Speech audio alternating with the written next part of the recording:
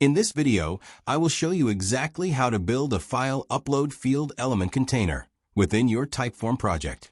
This is a fantastic feature to include if you need to collect resumes, portfolios, or any other important documents from your users. To get started, you will need to look over at the left-hand panel where your question sequence layout list is displayed. Locate and click on the circular plus button to add a new question to your form.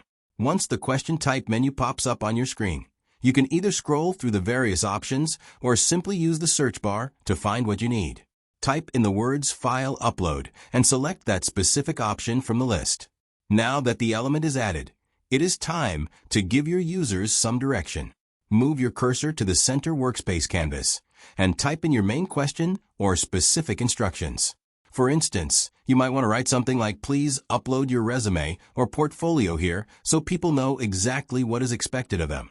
After you have the text finalized, it is important to configure how the file container actually behaves. Move your attention over to the right side of the screen where you will find the question settings panel. This area allows you to fully customize your container limits and requirements.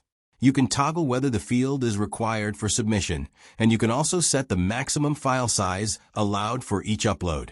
Using these settings ensures that you only receive the specific file types and sizes that your workflow can handle. It is a very simple process that adds a lot of professional functionality to your forms.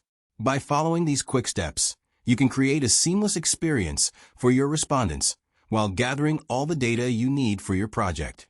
Simply verify your settings one last time, and your new file upload field will be ready for use in your live Typeform.